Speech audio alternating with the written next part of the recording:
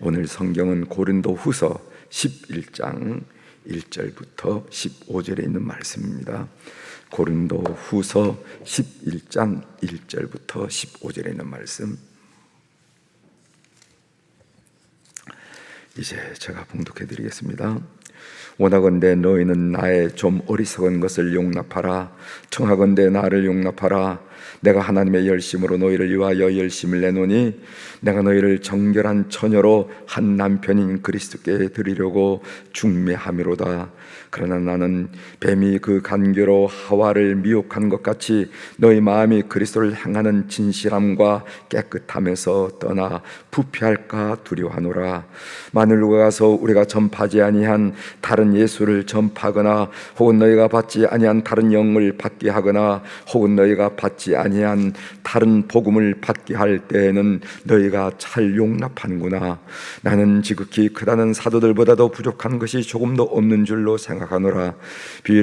내가 비록 말에는 부족하나 지식에는 그렇지 아니하니 이것을 우리가 모든 사랑 가운데서 모든 일로 너희에게 나타내어노라.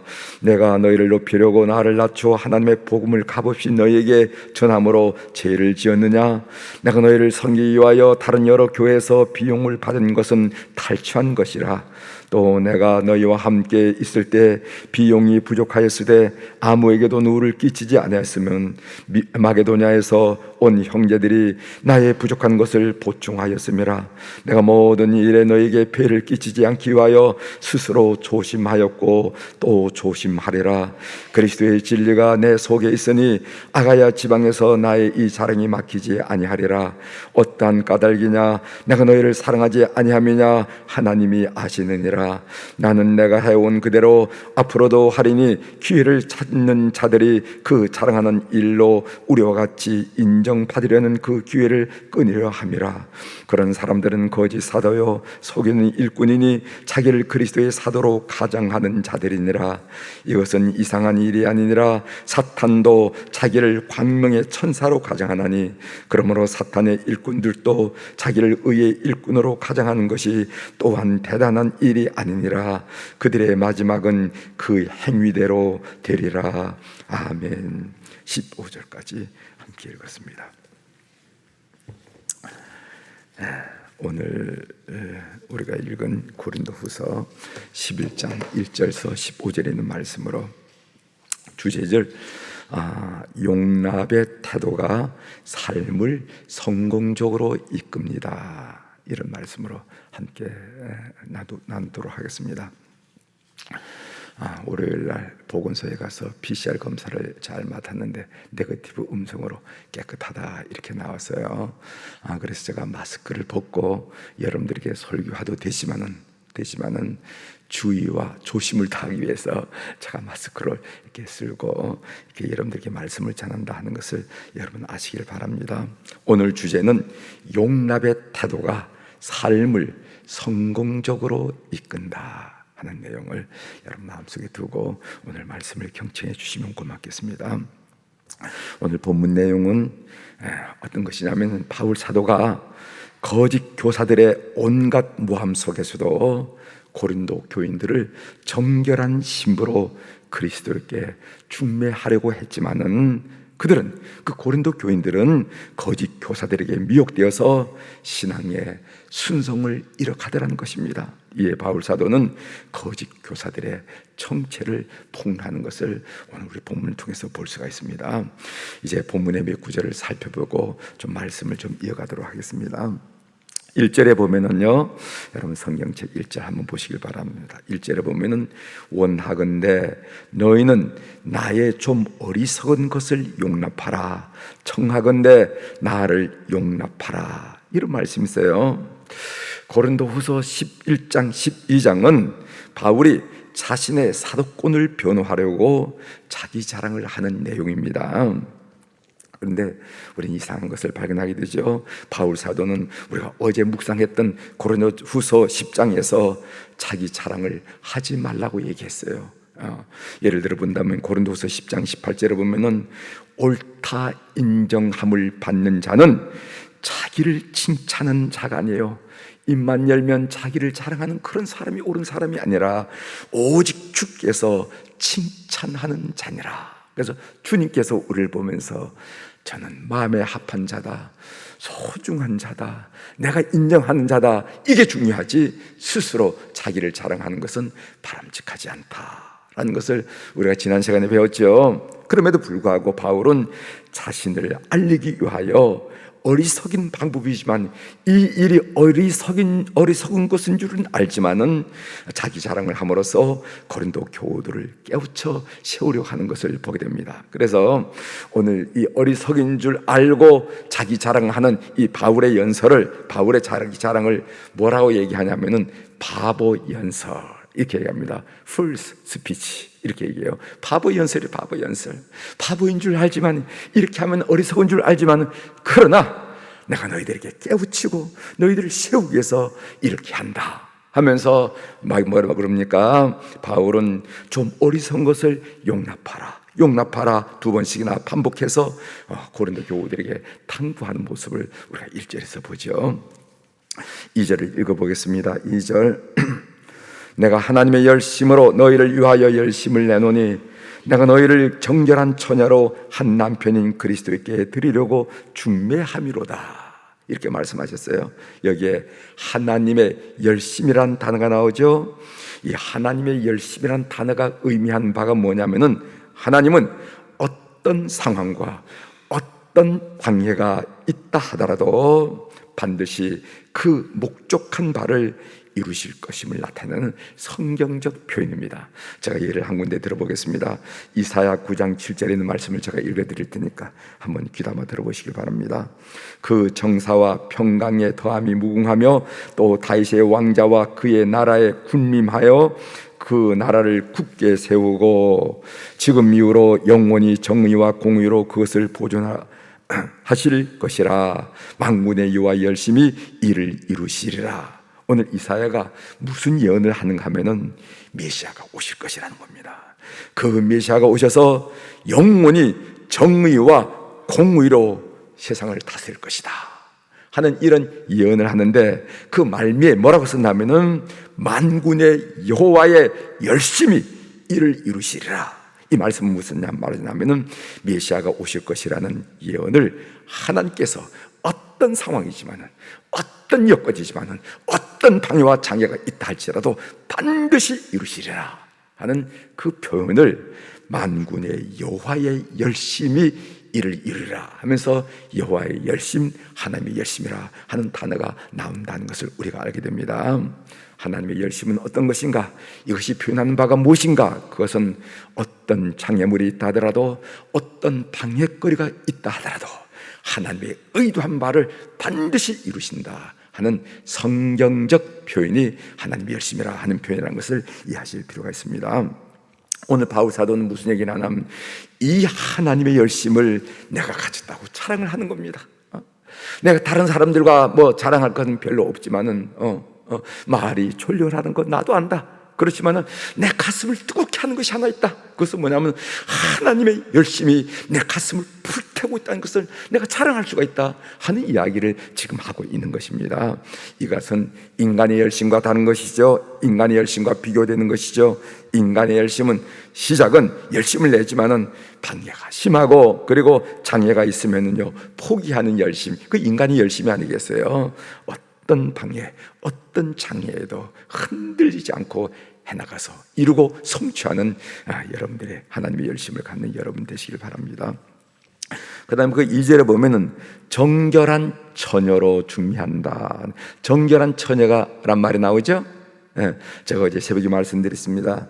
성경에서 정결이란 단어가 나오는데 오늘 또 정결한 처녀 또는 요한계시록에는 정결한 신부 이렇게 나오죠. 그런 정결함이란 단어가 나오는데, 이 정결함이라는 것은 도덕적 개념이 아니라 관계적 개념이라 하는 것을 제가 어제 말씀을 드렸습니다. 따라서 우리가 정결한 처녀가 되는 것은 죄를 손톱만큼도 짓지 않기 때문에 정결한 처녀가 되는 게 아니에요. 그 말은 무슨 말인가 하면은 우리가 예수 그리스도와 관계 속에 있기 때문에 정결한 처녀라는 거예요. 그러니까 예수 그리스도의 관계 속에 늘 머무른다는 것이 얼마나 중요한지 모릅니다. 주님 사랑합니다. 주님과 교제하고 싶어요. 영원히 주님 앞에 머무름이 행복입니다. 어떻게 그렇게 새벽마다 교회 나오세요? 아닙니다. 하루 짧은 시간이지만은 하루를 시작하기 전에 주님 앞에 머무르는 것이 저에게는 행복이에요. 이건 무엇을 말하는가 하면 그 사람이 하나님 속에, 하나님과의 교제 관계 속에 있다는 것을 표현하는 거거든요. 이게 중요하다는 거예요. 이럴 때 그런 사람을 보고 정결한 처녀라 이렇게 얘기합니다. 세상에서 어떤 성인 군자가 도덕적으로 깨끗하다 한다 할지라도 성경은 그를 정결하다고 말하지 않습니다. 비록 누가 있고 비록 험집이 있고 어리석음과 부족함이 있음에도 불구하고 그리스도와 관계 속에 있는 보혈의 덮음이 있는 자를 보고 정결한 처녀란다 하는 것을 여러분 아시길 바랍니다. 특별히 여러분들이 신앙생활하는 가운데 주님 사랑합니다. 주님과 함께 교제하고 싶어요. 영원히 주님 앞에 머무림이 참 행복입니다. 주님께 소곤소곤 아뢰고 주님의 음성을 들어가면서 이 어려운 세상 삶을 살면서 흔들지 않고 살아가는 것, 이게 행복입니다. 주님이 없다면 어떻게 제가 용기를 가지고 희망을 가지고 살 수가 있었겠습니까? 이런 고백이 여러분들에게 고백이 되기를 바랍니다. 4절로 넘어갑니다. 만일 누가 가서 우리가 전파지 아니한 다른 예수를 전파하거나 혹은 너희가 받지 아니한 다른 영을 받게 하거나 혹은 너희가 받지 아니한 다른 복음을 받게 할 때에는 너희가 잘 용납하는구나. 여기 마지막에 너희가 잘 용납하고는구나 하는 말은 바울 사도의 답답함, 안타까움을 느낄 수 있는 그런 표현이에요.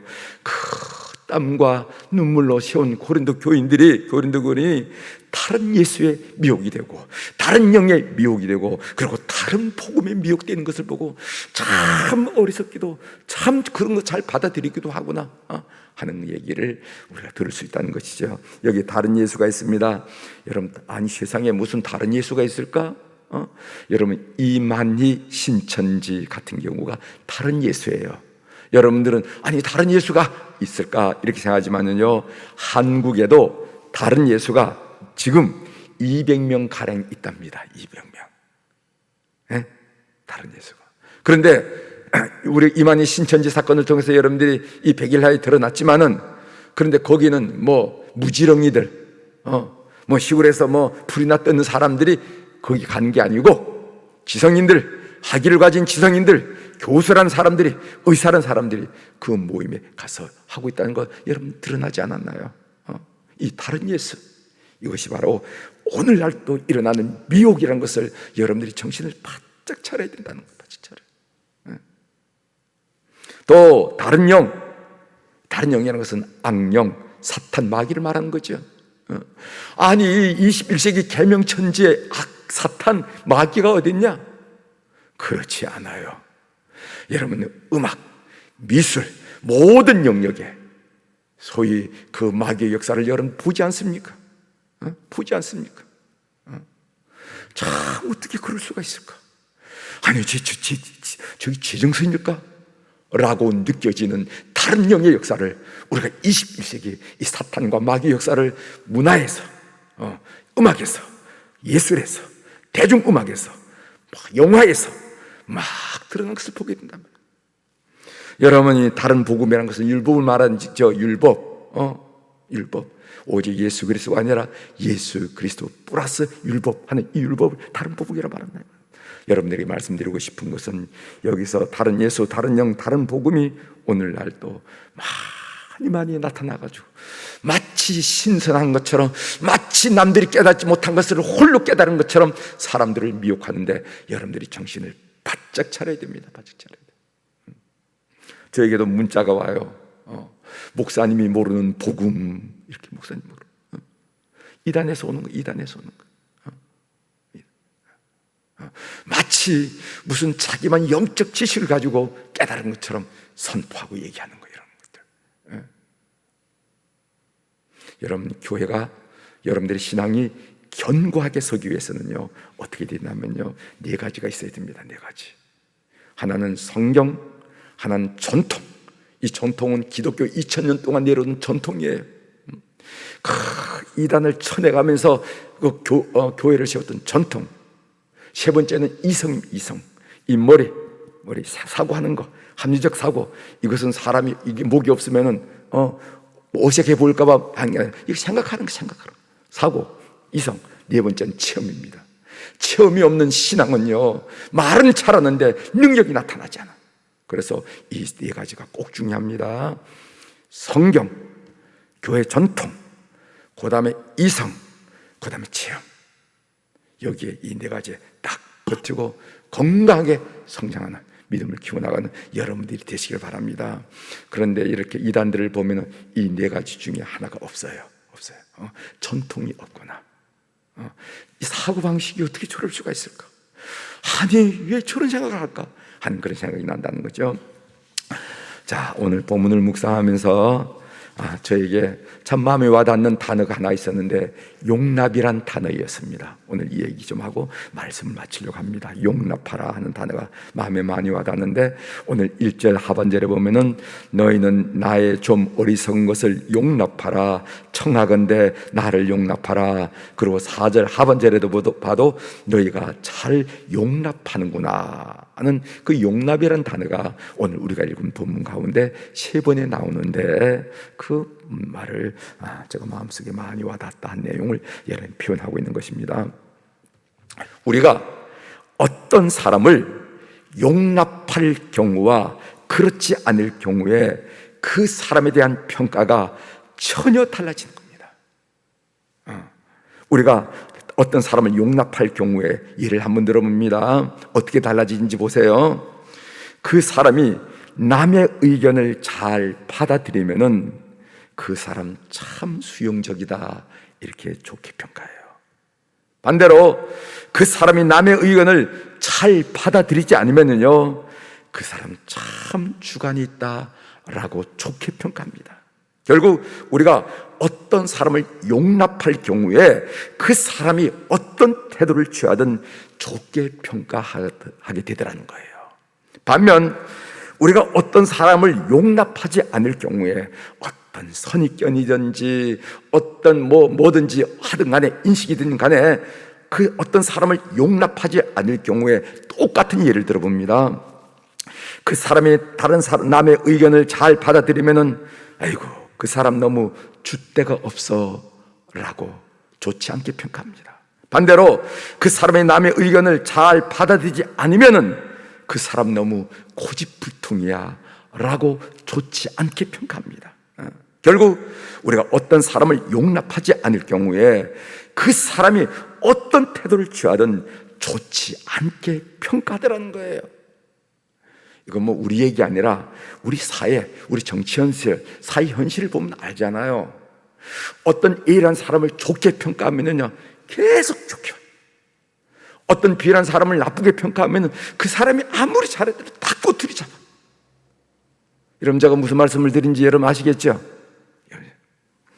그러므로 사람에 대해서 용납하는 태도를 우리가 가지셔야 됩니다. 그러면은 사람에 대하여 늘 좋은 평가를 내가 하게 되고, 아이고 그 사람이 누가 뭐 그렇다고 하면 아니야, 그 사람 참 좋아. 그 사람을 이해해 보면은, 그 사람의 과거를 살펴보면 참 그럴 수밖에 없어. 그렇다. 이것이 결국 자기 자신의 인생을 풍요롭게 하고 덕스럽게 하고 인생을 성공적으로 만든다는 것을 꼭 교우들이 기억하십시오. 아셨습니까? 사람을 용납하는 태도를 가지세요. 용납하는 태도를. 아니 그분이 그럴 수가 있어요? 아니야, 그거 한 면만 봤어. 그분의 과거를 보면요 아주 훌륭하게 개선되고 있어. 이렇게 말이죠.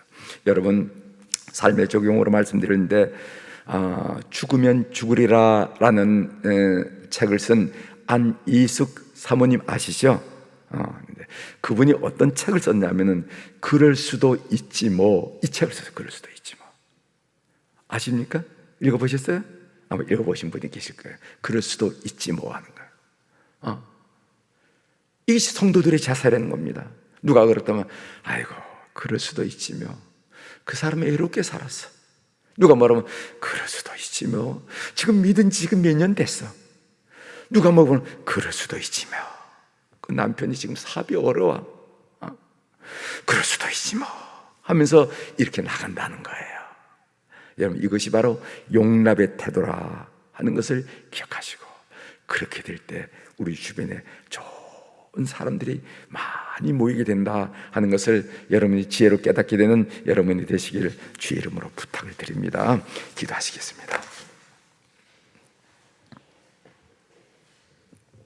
하나님 아버지, 오늘 성경에 나타나는 이 바울 사도의 권면 중에 용납이란 단어를 묵상 중에 깊이 깨닫고 함께 나눌 수 있도록 은혜를 베풀어 주셔서 감사합니다.